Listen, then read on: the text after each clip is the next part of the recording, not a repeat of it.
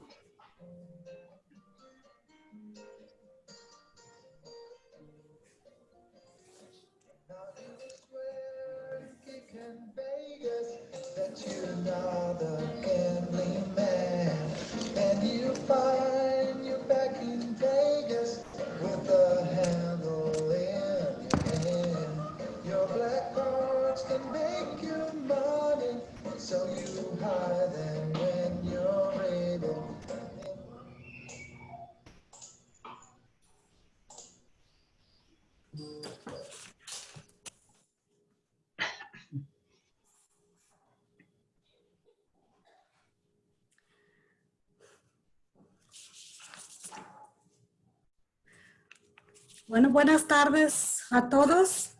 A nombre de la Universidad de Quintana Roo, nuevamente les reitero la bienvenida a este segundo día de trabajos en este FEL internacional.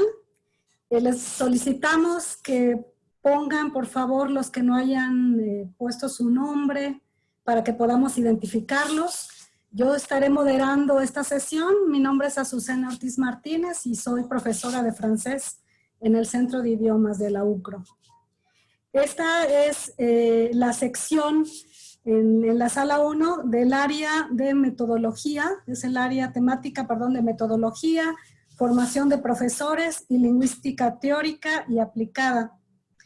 En esta sección tenemos un encuentro con 4 conferencistas, bueno, 4 ponencias con conferencistas. Y la dinámica, creo que ya todos la conocen, es una sesión pues para poder dialogar, poder hacer preguntas sobre las ponencias que pudimos ver previamente en el canal de YouTube.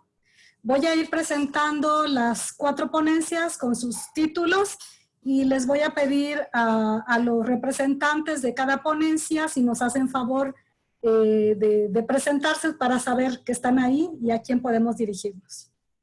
Bueno, la ponencia número 1 es el estudio autónomo de la escritura en inglés en educación primaria, una aproximación cualitativa.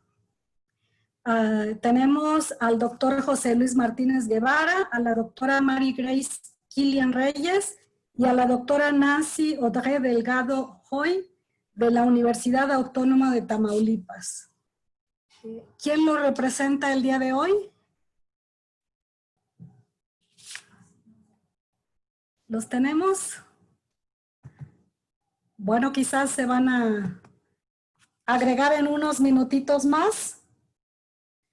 La segunda ponencia se titula Writing a Dissertation in an Online FEL Program, The Ideal Trajectory, a cargo de Patricia Núñez Mercado de la Universidad Veracruzana y también de la University of Southampton. Perdón por mi pronunciación. No importa, no importa. Y aquí tenemos a la representante, ¿verdad? Patricia Núñez. Así es. A quien podremos... Bienvenida. Gracias, gracias. Un placer. En un momento más empezaremos con la sesión de preguntas y el diálogo sobre todo que nos interesa el día de hoy. La tercera ponencia es en francés, à la recherche du chercheur perdu, exploiter la clase de langue étrangère, y está a cargo de Sara Quintero Ramírez de la Universidad de Guadalajara, Así es. Buenos días. Bueno, buenas tardes ya. Buenas tardes, bienvenida. Gracias. Y la cuarta ponencia se titula Tendencias actuales en la investigación en lenguas, a cargo de Luis Ángel Beltrán Pérez. Disculpe los títulos, creo que es doctora Verónica de la Cruz Villegas y Eduardo Jesús Gordillo Fuentes de la Universidad Autónoma de Tabasco. ¿Quién los representa? Mi nombre es Luis Ángel, buenas tardes a todos, mucho gusto. Buenas tardes y bienvenido. Bueno, estas son las 4 ponencias que tenemos en este encuentro. Disculpa. ¿Sí? Me llegó un mensaje reportando que en un momento tuvieron unos problemas técnicos para entrar a la sala de la primera ponencia, entonces en un momento se incorporan, ¿sale? ¿Sí? Gracias. Claro que sí. Podemos iniciar con la ponencia 2 a cargo de Patricia Núñez Mercado. Si alguien tiene ya alguna pregunta que quiera hacerle, aquí la tenemos presente.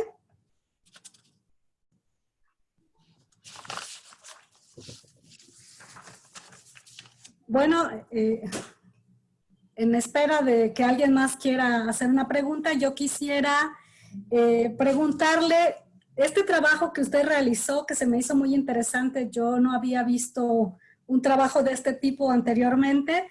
Quisiera saber en primer lugar si lo que la motivó fue su propia experiencia al momento de hacer una redacción académica o de tener que redactar una tesis, lo que la motivó a hacerla, y si usted considera que debería existir también algún tipo de manual, ¿no?, para el trabajo docente en línea, para poder comunicar de una manera más efectiva.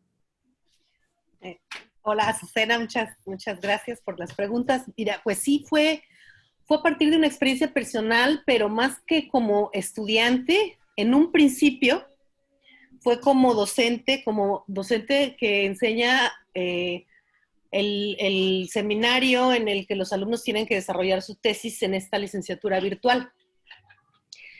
Y bueno, pues quería saber qué estaba pasando, qué es lo que hacen los estudiantes, cómo lo manejan, cómo abordan todo esta trayectoria que ellos tienen que llevar a cabo.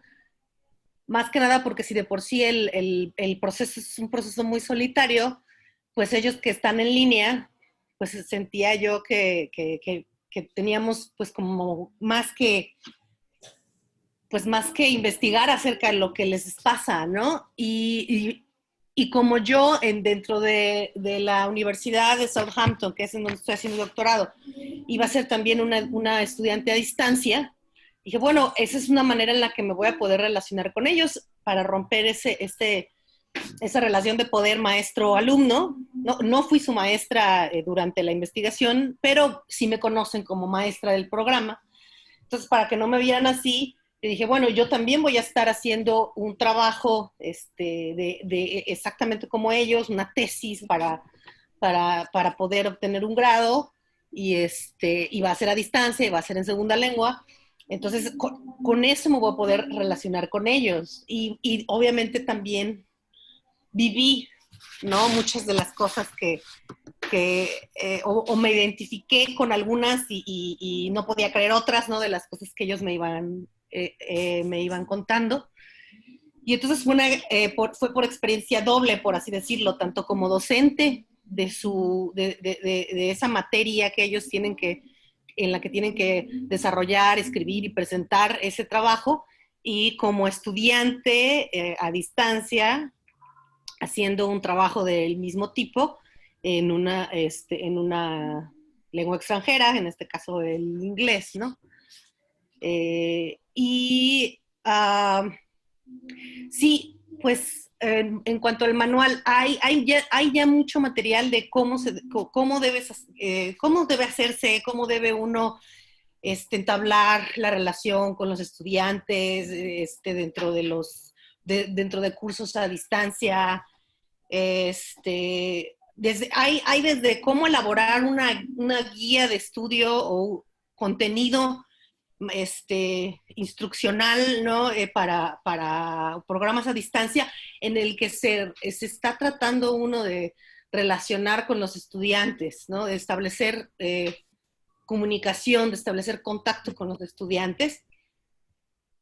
Sin embargo, para cada caso, pues, o cada universidad sí debería tener, si tiene programas de este tipo, sí deberíamos empezar a ver, y sí de manera general, pero también de acuerdo a las necesidades específicas de cada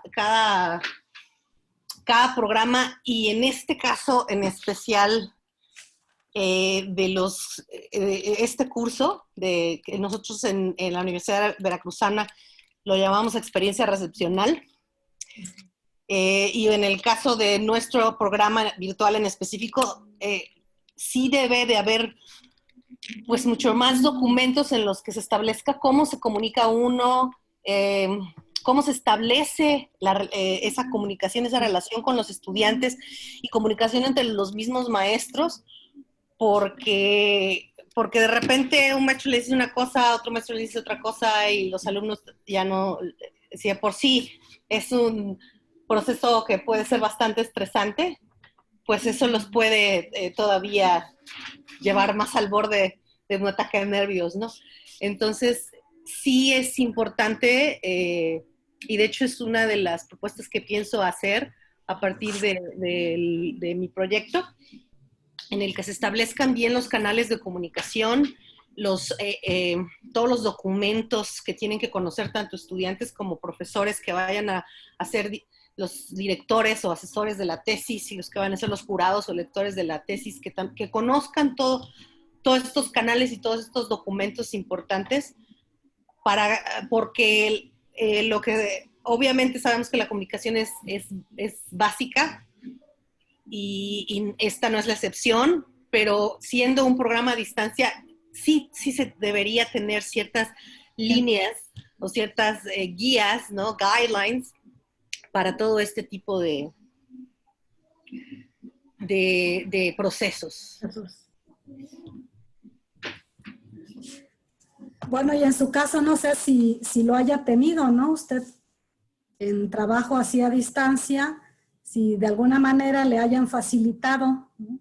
O a partir quizás de esta experiencia, usted como docente, no sé qué conclusiones, ¿no? O qué retroalimentación se pudo haber dado que pudiera tal vez también compartirnos, porque ahorita con la pandemia, pues todos tenemos que trabajar a distancia. Sí, bueno, en efecto, en sí la universidad, independientemente de que el programa sea a distancia o no, sí tiene muy claros todas las guías, todos los formatos, todas las estipulaciones, especificaciones, etcétera. Todo lo puedes encontrar en línea. Independientemente si estás trabajando allá en un face-to-face program o si estás a distancia, todo está a disposición tanto de docentes como estudiantes. A veces es demasiado. Ese sí es un problema que habría que pues que tratar aquí mismo y ver cómo le haríamos también para no saturar, y no, porque luego no también es difícil encontrar las cosas, ¿no? Uno quiere hacer tanto y darles tanto, pero a la mera hora es demasiada la información y es difícil luego encontrarla o saber que existe tan siquiera.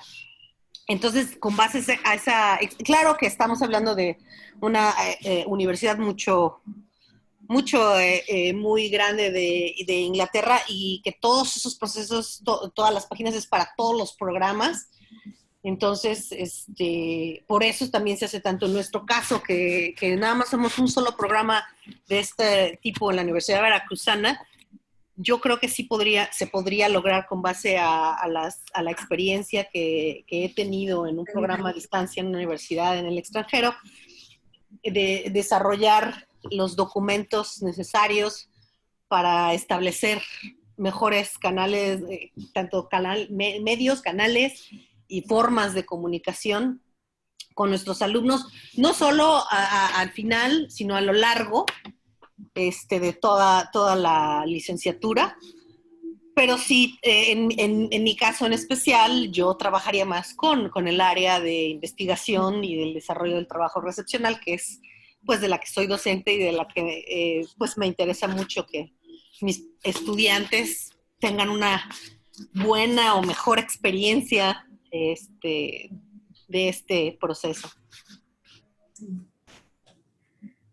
Pues muchas gracias. ¿Alguien más tiene algún comentario, alguna pregunta que hacer sobre este tema?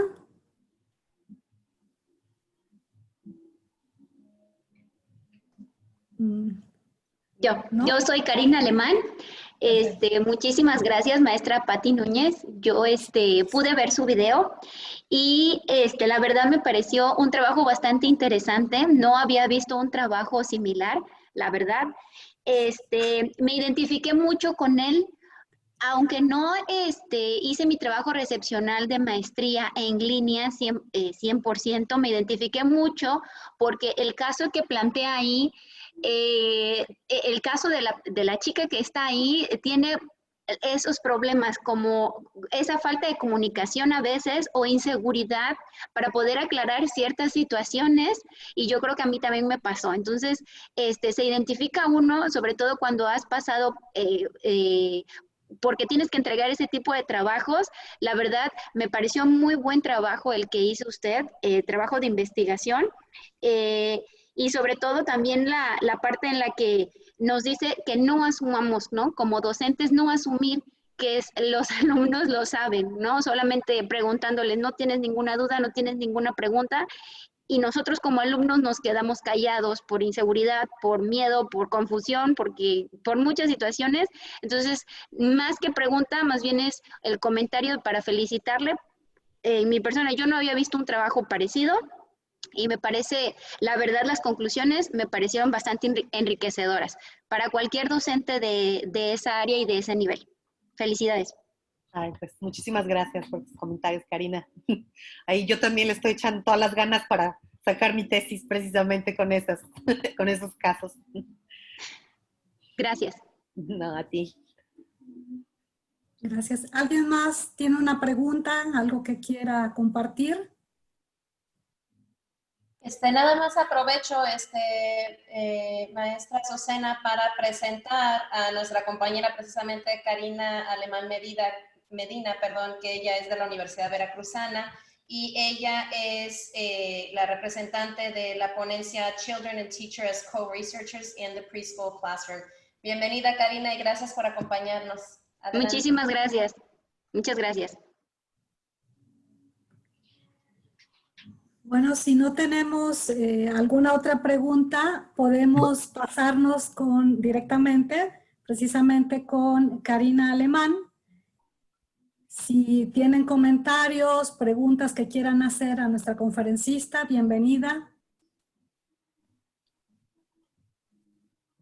Aprovecho para invitarles para hacer uso del chat, si no quieren activar micrófonos, porque de repente somos un poquito tímidos a veces de activar micrófonos, pueden lanzar preguntas en el chat, y también los que nos están sintonizando vía Facebook, ahí pueden hacer sus comentarios en Facebook y tenemos monitores que nos están apoyando. Gracias. Buenas tardes, perdón. Buenas tardes. Soy José Luis Martínez de la Universidad Autónoma de Tamaulipas, de Tampico. Perdón, tuve problemas para ingresar, pero ya por fin pude entrar y bueno, pues sí estuve revisando algunos de los videos, me parecieron muy interesantes. Y bueno, quisiera comentar sobre el trabajo de tendencias actuales en la investigación de lenguas. No sé si sea oportuno o están por turnos de cada ponencia. Me espero a que ustedes me indiquen. Pues si podemos ir por turnos, así llevamos un orden, si no es, bueno, si nos puede esperar. Claro que sí, cómo no. Si es que como acabo de entrar no sabían cómo estaban trabajando, perdón. Sí. Adelante. Sí, al inicio dimos la pauta, sí, seguir el orden de las ponencias, bueno, solamente para pues tener así, ¿no? Una estructura. Gracias por esperarnos. Estábamos con Karina Alemán y yo quisiera preguntarle si nos podría compartir pues algunos de sus resultados más relevantes. Sí, claro. Pues bueno, los resultados que se obtuvieron de esta investigación cualitativa que de Naturalidad Action Research, pues fueron bastante interesantes. El estudio se realizó con niños de preescolar, de pre-first, que tienen aproximadamente 5 y 6 años, y se les involucró, se trató de lograr un behavioral engagement a través de decisiones en donde ellos tomaban decisiones para poder saber qué rol querían ellos desempeñar en esos diálogos. Ellos tomaban decisiones para realizar el escenario que estaba detrás de ellos y ellos tomaban también la decisión de con quién trabajar.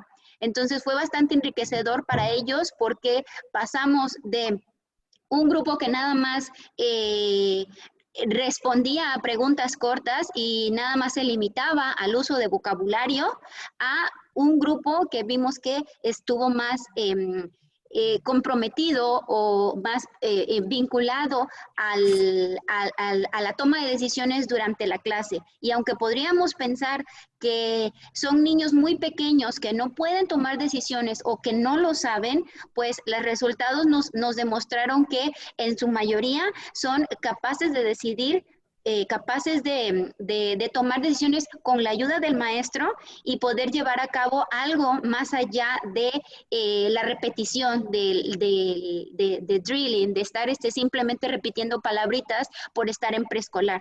Entonces, la verdad fue bastante interesante ver cómo ellos se engancharon más con el proyecto porque querían ver ya la parte final, cuando ellos ya hacían esos roleplays en un escenario. Entonces, esta investigación a mí me ayudó a ver que ellos pueden lograr más autonomía, más independencia, pueden lograr una toma de decisiones siempre y cuando se les vaya guiando. Y claro, con la ayuda de un profesor o de una guía, alguien que pueda ir monitoreándolos. ¿Sí? Sí, gracias. Me parece que hay un participante que tiene preguntas. En el chat, perdón, Azu, que interrumpa. Hay un comentario de Diana que dice: hola, en el video mencionó de que el contenido del libro era un poco superior al conocimiento que los niños tenían. A pesar de eso, ¿implementase Plus One para que también los niños encontraran interesante formar parte de la investigación? Sí, así es. Bueno, me basé en el libro porque es el sílabus de la escuela es básicamente los contenidos del libro. Entonces no se puede dejar a un lado el libro, ¿no? Digamos que pues es parte de las reglas, ¿no? Tenemos que continuar trabajando con el libro. Sin embargo, tratamos de darle un giro al libro, a lo que siempre nos dice el libro, para llevarlo más a la práctica, a un escenario en donde ellos estuvieran más familiarizados, porque de acuerdo a su contexto, son niños que viajan regularmente, que están en el extranjero. Entonces, lo que tratamos de hacer es darle uso o darle un contexto a ese vocabulario y a esas pequeñas estructuras que ellos utilizan. Pero sí, a pesar de que algunas cosas venían en cuanto al nivel de ellos, venía superiores, en este caso, la maestra tuvo que seleccionar cuáles eran los objetivos, los contenidos que mejor se adaptaban a la situación que ellos iban a llevar al escenario. Excelente, excelente. Veo ahí unas manitas levantadas de Claudia y luego de Patti, y yo creo que después nos pasamos con la ponencia número 3, ¿ok? Para avanzar a las demás. Bueno, mi pregunta es rapidita. En tu investigación, Karina, mencionas una parte de Circle Time.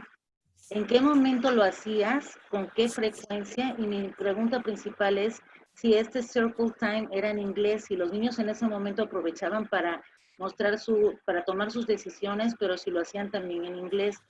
Esa es mi pregunta.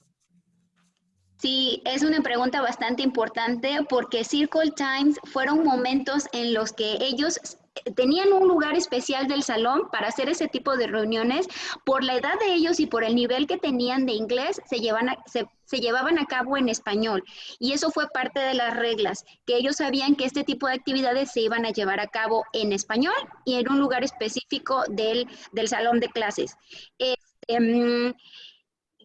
¿Cada cuánto se hizo? Se hacía durante 3 etapas. Se llevaron a cabo 3 proyectos y cada proyecto tenía un antes, un durante y un después. Ese Circle Time a nosotros nos servía para poder compartir experiencias. Primero, la toma de decisiones, cómo me sentía yo cuando ya estaba yo realizando el roleplay con mi compañero que elegí. Y por último, cómo fue mi experiencia por completo, desde que empecé a trabajar y a elaborar los materiales hasta que me involucré en desarrollar una pequeña conversación en inglés y hasta que lo llevé a un portfolio. Entonces fue una reflexión durante todo el proceso de ese roleplay. Pati Núñez, adelante. Pues dos cositas. Una es que sí es muy acertado tu comentario de que se subestima mucho, y no nada más a los niños porque son de 5 años, y que a los de 7 que porque son de 7, que a los universitarios que no, porque no saben hacer nada, nunca aprendieron, no aprendieron a leer, no aprendieron. Entonces, todo el tiempo estamos subestimando a los estudiantes.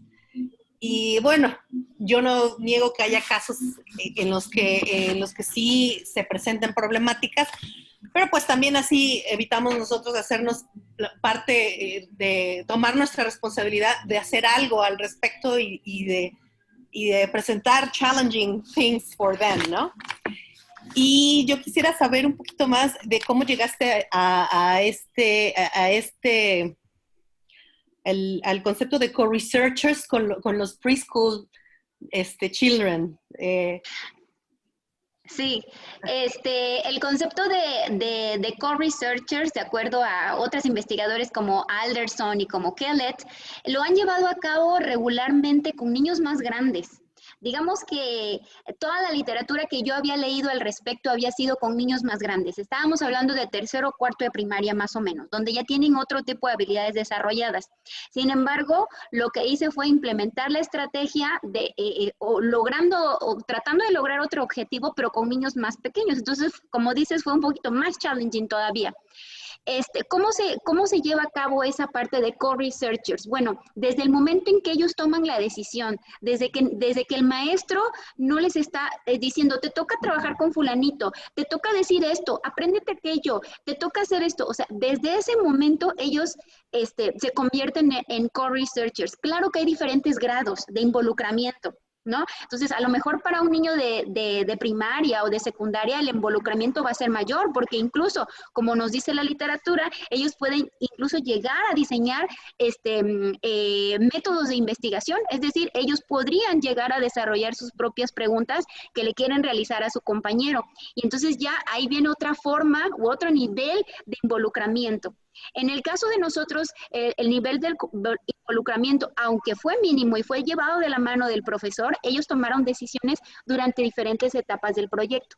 Entonces, pues ahí depende de la edad también de ellos, ¿no? Y de la autonomía que nosotros como maestros sabemos de acuerdo a las características que tienen. Ok, muy interesante. Muchas gracias, muchas felicidades también. Gracias, muchas gracias. Felicidades.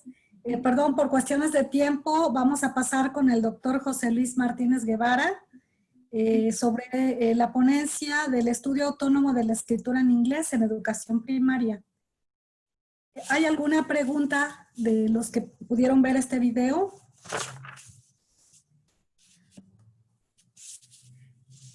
Bueno, me adelanto. Yo quisiera preguntarle si... ¿perdón? Perdón. Quintero había levantado la manita por ahí, perdón. Y ya luego seguimos con tu pregunta. Sí. Perdona, Susana, Bueno, es que estoy aquí viendo para todos lados. Me imagino. Adelante, por favor. Sí, de hecho, muchas gracias y felicidades, doctor José Luis, porque la verdad el estudio está muy interesante. Yo trabajo normalmente con universitarios y ciertamente la cuestión de las estrategias de autonomía, muchas ocasiones se tienen que trabajar justamente desde estas edades para que se logren a nivel universitario y no estemos justamente quejándonos de que pues no son autónomos o no son suficientes o no son muy aptos, en fin, ¿no? Y algo que me llama mucho la atención es que ciertamente las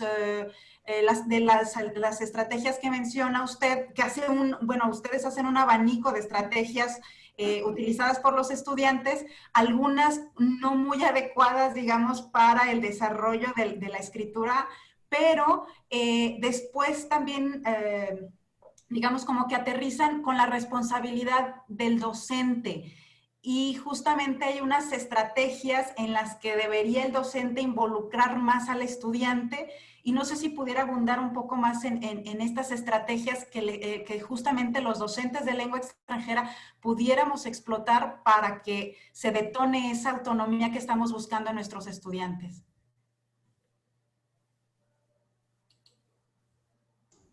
No escuchamos su micrófono. ¿Puede activar su cámara? Perdón, su audio. Gracias. Sí. Ya está, perdón. Bien, de entrada, bueno, el estudio lo que pretende es, a partir de lo expresado por los alumnos, poder identificar ese tipo de estrategias, ¿no? Que tienen cierto grado de autonomía, algunas de ellas, ¿sí? Pero muchas de ellas, como ya lo comentabas, pues solamente son estrategias para memorizar, para repetir, y no están orientadas hacia un contexto comunicativo del idioma, ¿no? Y a partir de allí establecemos, bueno, lo que puede ser una continuidad para este estudio, bueno, cuáles son las estrategias que utiliza el profesor dentro del aula, ¿no? Y en este caso, bueno, pues vemos o suponemos, por lo que los alumnos expresan, pues que el profesor no hace uso de ellas, o tal vez utilizará algunas, pero de manera muy tangencial, de manera poco estructurada tal vez, de manera poco consciente, porque el profesor, bueno, desde su perspectiva de lo que es el aprendizaje del idioma, pues no tiene incorporada esa noción de autonomía, ¿no? A lo mejor para el profesor el aprender el idioma es memorizar palabras, copiar palabras del pizarrón, identificar vocabulario, pero muy poco se hace para generar ese ambiente donde el alumno interactúe de manera comunicativa, ¿no? Y ahí en la ponencia, pues mencionamos varias de ellas, ¿no? Una de ellas es, bueno, que el alumno, o que se le haga conciencia al alumno, bueno, ¿cuál es el objetivo de la tarea que va a realizar? Si va a elaborar un escrito, si va a elaborar un texto breve en inglés, pues que el alumno se le haga conciencia de que esa escritura tiene un objetivo comunicativo de entrada, ¿no? No es solamente la parte formal o la parte escolarizada de decir, lo voy a copiar, lo voy a transcribir, lo voy a memorizar para luego escribirlo, ¿no? Entonces, yo creo que esa sería una de esas estrategias, ¿no? El que el profesor identifique bien el objetivo comunicativo de la actividad que va a realizar y que a la vez pueda hacer comprender al alumno que lo que va a escribir cumple esa función. Otra de las posibles estrategias que puede utilizar el profesor, bueno, pues es precisamente generar dinámicas donde exista esa necesidad de comunicar, que a partir de la vida cotidiana del alumno identifique las situaciones que él vive. Por ejemplo, bueno, si lo mandan a la tienda a comprar la leche, si le piden que ayude en la casa a hacer una tarea doméstica, bueno, que a partir de esas situaciones, pues en el aula haga juegos de roles o haga dramatizaciones donde los niños establezcan esa necesidad de comunicarse, ¿no? En este caso, bueno, como estamos hablando específicamente de la escritura del idioma, pues situaciones comunicativas donde el niño tenga la necesidad de elaborar. Perdimos. Sí, la conexión. Sí, la conexión, su conexión posiblemente. Bueno, igual y aprovecho para comentar porque quería seguir principal de conocimiento, ¿no? Se convierte en una herramienta que le permite enriquecer su vocabulario para poderse comunicar, ¿no? Serían algunas de las que pudiéramos mencionar, ¿sí? Pero bueno, aquí lo que pensamos nosotros es precisamente ahora ver desde la perspectiva del profesor qué es lo que él piensa sobre estas estrategias, qué tanto las conoce, qué tanto las ve necesarias para su práctica docente y en consecuencia poder establecer después, bueno, estrategias de actualización para que el profesor las incorpore en su práctica docente. ¿Sí? Básicamente esa sería un poco la respuesta, ¿no? La ponencia menciona varias, menciona algunas otras que también se pueden consultar, ¿no? José Luis, si pudiera nada más intervenir brevemente y compartir, que me da muchísimo gusto escuchar y coincido con Sara en su comentario, ¿no? Que es sumamente importante este tipo de estudios, porque muchas veces luego llegamos a la educación superior y es el caso de nosotros. Hace unos años hicimos una investigación que era una comparación de las expectativas de los estudiantes, de los profesores y la concepción de la institución misma sobre el aprendizaje autónomo, ¿no? Y entonces efectivamente encontramos que el estudiante pues en realidad como que tiene muy diferentes expectativas sobre cuál es el rol del profesor, sobre dónde queda la autonomía, el aprendizaje autónomo en el aula, ¿no? Entonces, qué gusto saber que ustedes están realizando esta investigación en la educación primaria y ojalá que uno de estos días podamos colaborar pues en algún proyectito por ahí, ¿no? Y poder dar seguimiento a esta parte. Gracias. Claro que sí, muchas gracias, Dion. Y algo más, perdón, nada más ya para cerrar, pero justamente también la conciencia del profesor, ¿no? O sea, trabajamos a veces con las expectativas de los estudiantes, pero en muchas ocasiones también tenemos que trabajar un poco con las expectativas del profe, que en muchas ocasiones no llegamos a sentar los objetivos comunicativos justamente, ¿no? Creemos que a veces la lengua es teorizar al respecto, y lo digo yo que soy lingüista, pero muchas ocasiones nos olvidamos de esta parte comunicativa desde el inicio de la enseñanza de la lengua, ¿no? Entonces, a mí me fascinó el estudio, doctor. La verdad, muchas felicidades y yo encantada de seguirlo leyendo, ¿eh? Sí. Gracias, muy amable. Sí, muchas gracias, porque en este momento de la pandemia también es cuando más necesidad hay de no asumir que todos los docentes están conscientes de las estrategias que se deben usar, ¿no? Quizás ahí pensar en la formación o la autoformación también.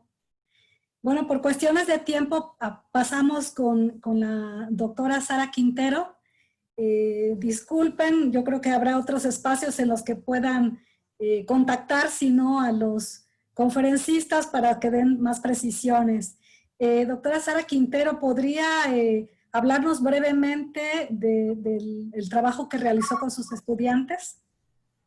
Sí, claro que sí. Bueno, se trata de una especie de combinación de la investigación experimental que en el marco de la enseñanza del francés, especialmente en la Universidad de Guadalajara, donde laboro yo, justamente no es muy bien vista, ¿no? Entonces es una materia que está un poquito, pardon my French, pero un poquito apestada, ¿no? Entonces está desdeñada y justamente este tipo de representaciones se les transmiten a los estudiantes y entonces cuando llegan a la clase de investigación experimental, que da su servidora, justamente llegan con unas representaciones de, bueno, yo quiero ser profesor de francés, pero yo por eso me metí a esta carrera, porque no pienso ser investigador o no pienso dedicarme a la investigación. Entonces, así como rapidito y de buen modo, dame como las cuestiones teóricas, pero no ven el empate o no ven la relación que puede haber entre la docencia o la didáctica del FLE y justamente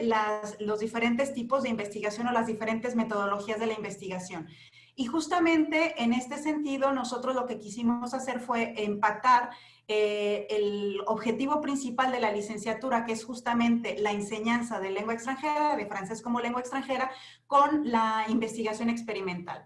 Entonces, justamente se les pidió a los estudiantes que concibieran pequeños grupos de familiares, de amigos, de colegas y que implementaran bueno, algunas clases de francés como lengua extranjera utilizando algún tratamiento en específico, ¿no? Y entonces algunos utilizaron canciones, otros cocinando, otros haciendo artesanía porque trabajaron con, por ejemplo, con niños o con adolescentes, en fin, entonces dependiendo del tipo de público con los que fueron trabajando, justamente fueron aplicando diferentes estrategias o diferentes tratamientos, la variable independiente del estudio, y justamente fueron elaborando su investigación experimental a lo largo del semestre.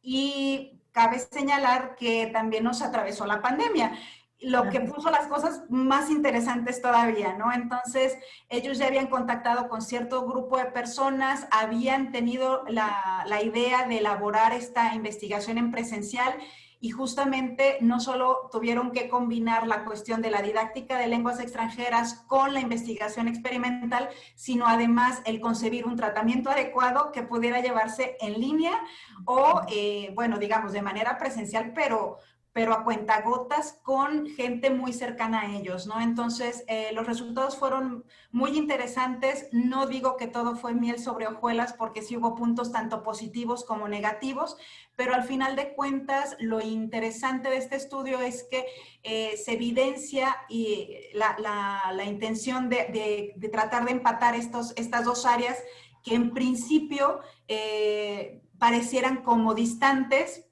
por representaciones de profesores y de estudiantes, y que al final de cuentas logran empatar perfectamente los estudiantes y dicen, ay, bueno, la investigación experimental no es tan apestada, ¿no? Y tiene una utilidad inmediata en la didáctica de lenguas extranjeras, ¿no? O sea, la didáctica es tela perfecta de dónde cortar para hacer cualquier tipo de investigación, y la investigación experimental no es la excepción, ¿no?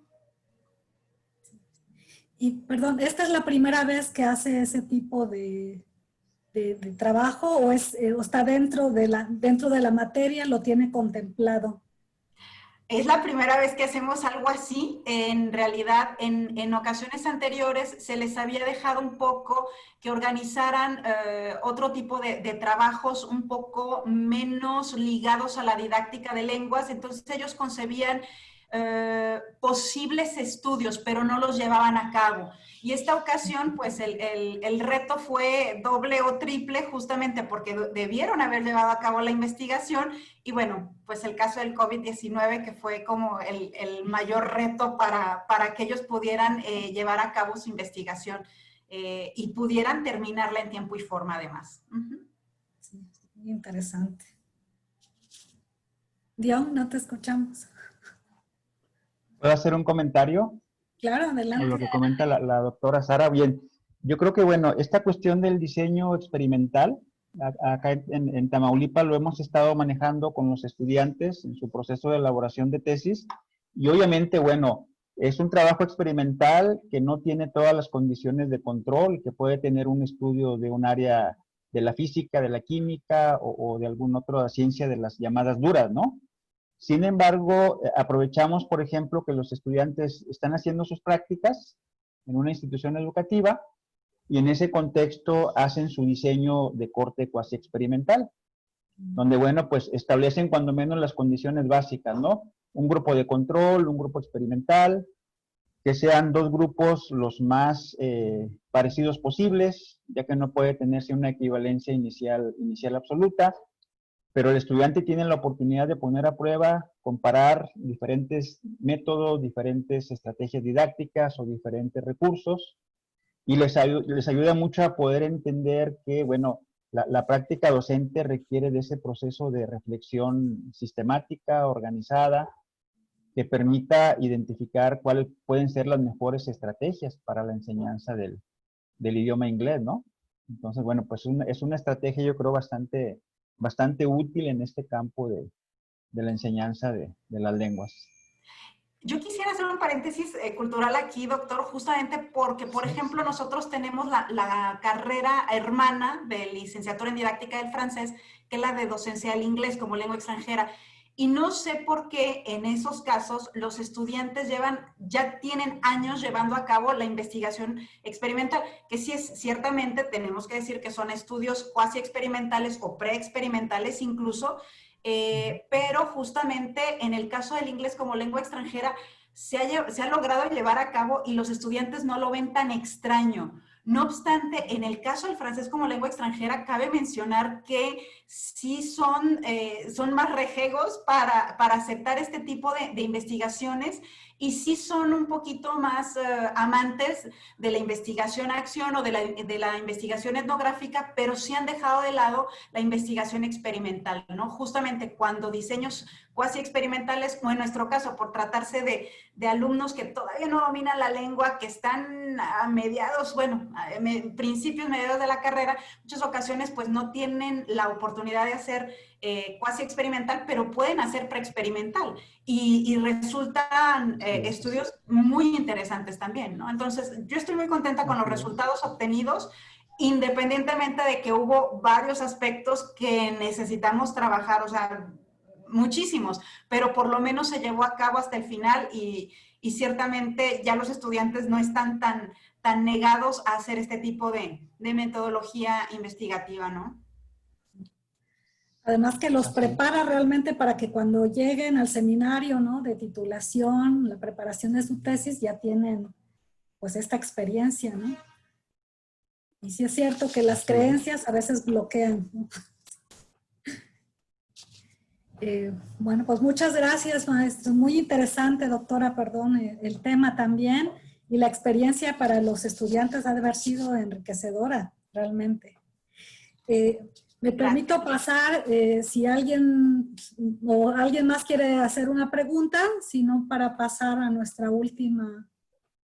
Sí, ¿no? Un comentario final nada más sobre el trabajo de la doctora Sara, que comenta algo muy interesante. Bueno, está la investigación-acción, están los enfoques experimentales en sus diferentes niveles, ¿no? Preexperimento, cuasi-experimento, y algo que hemos estado reflexionando nosotros es, bueno, en este contexto en el que estamos ahora, donde esos diferentes enfoques ya no se ven como rivales, sino que se ven como complementarios. Entonces yo creo que podemos empezar a generar una mayor flexibilidad metodológica, ¿no? Estudios experimentales, bueno, pero que no corresponden 100% a la lógica o a los cánones de la investigación cuantitativa, pero que incorporan elementos de carácter acción, de investigación-acción o de investigación cualitativa, que permiten tener visiones más integrales del fenómeno que estamos estudiando, ¿no?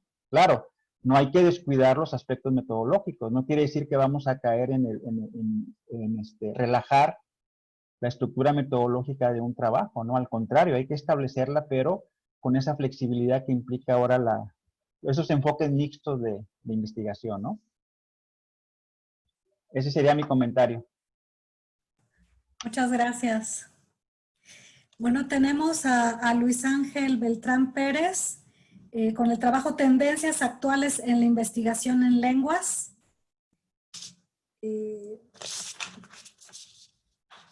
¿Alguien tiene alguna pregunta que quisiera formular?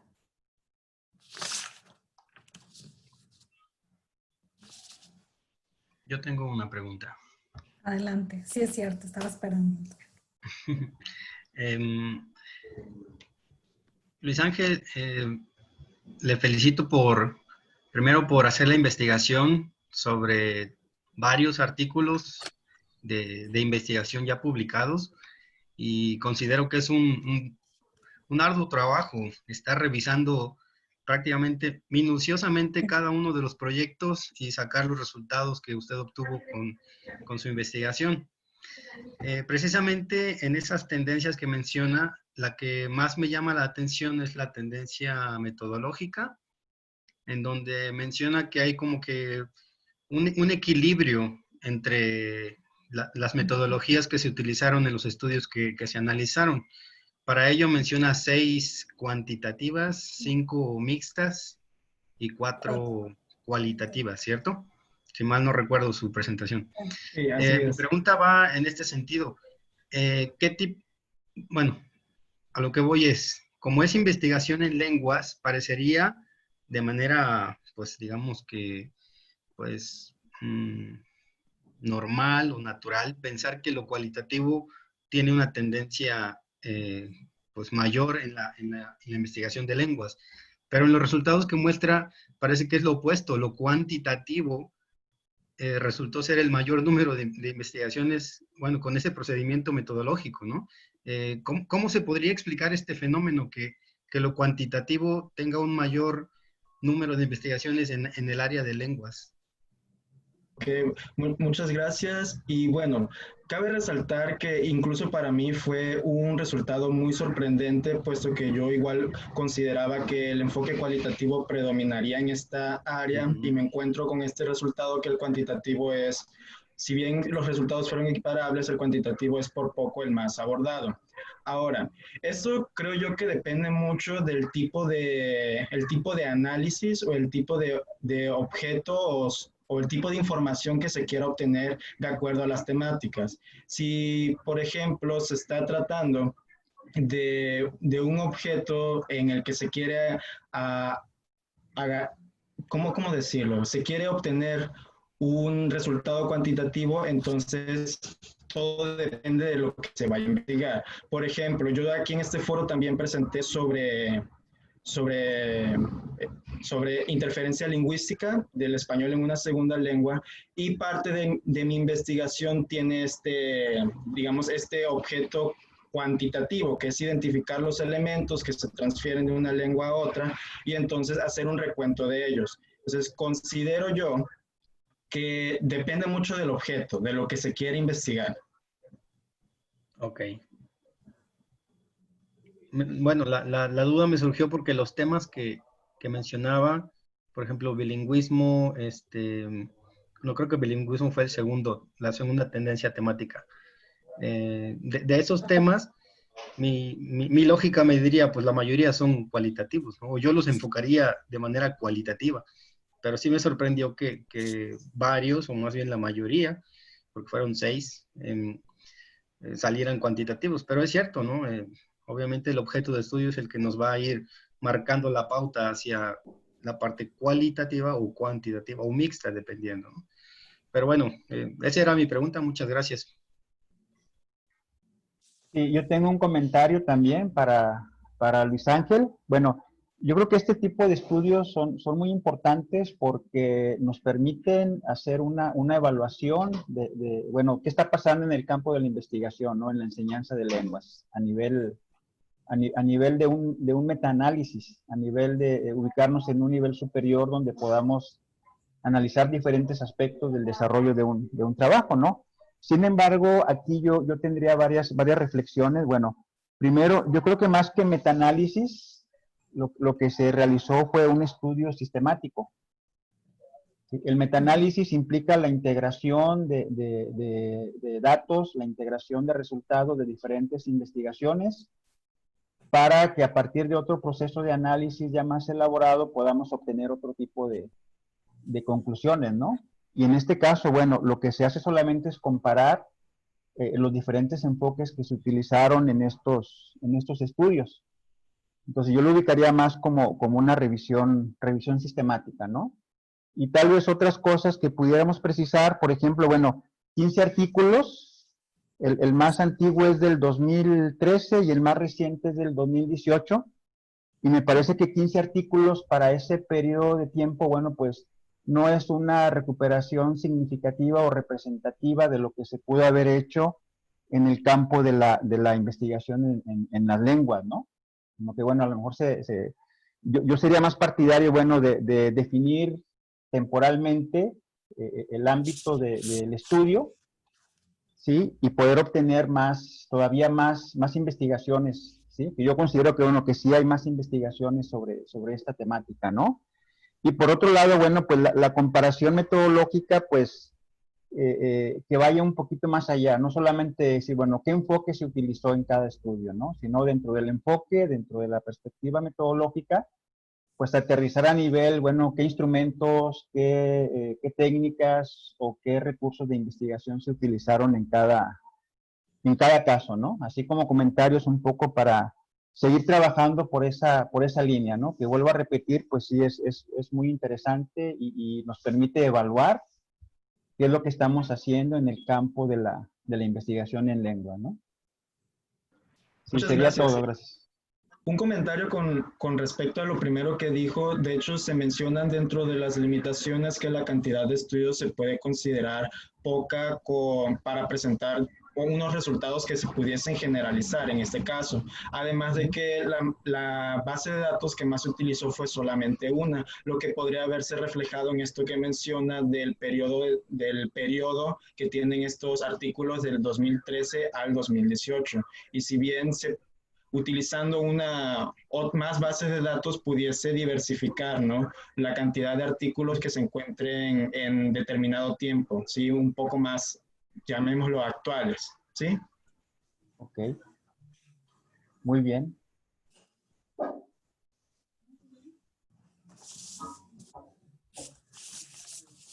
¿Puedo comentar algo? O sea, me parece que es un excelente trabajo, digamos que ahora sí que estás empezando en esto, Luis. Definitivamente creo que los comentarios de José Luis pues son en el sentido de que ahora sí que lo que viene es el inicio de esta etapa de investigación ahora sí que empezando en esto, pero pues siempre podemos explayarnos más, consultar diferentes bases de datos y creo que vamos a tener como que resultados a lo mejor inclusive diferentes a los que obtuviste ahorita, ¿no? Y definitivamente se va a ir nutriendo mucho más ese análisis, así que muchas gracias por compartir estos resultados con nosotros y a ti también, José Luis, ahora sí que por las sugerencias que siempre nos das para mejorar nuestros trabajos, porque eso creo que es algo muy importante en estos espacios de diálogo, pues es precisamente compartir las experiencias que tenemos en investigaciones, ¿no? Y poder nutrir nuestros trabajos y poder acrecentarlos y bueno, trabajarlos un poco más.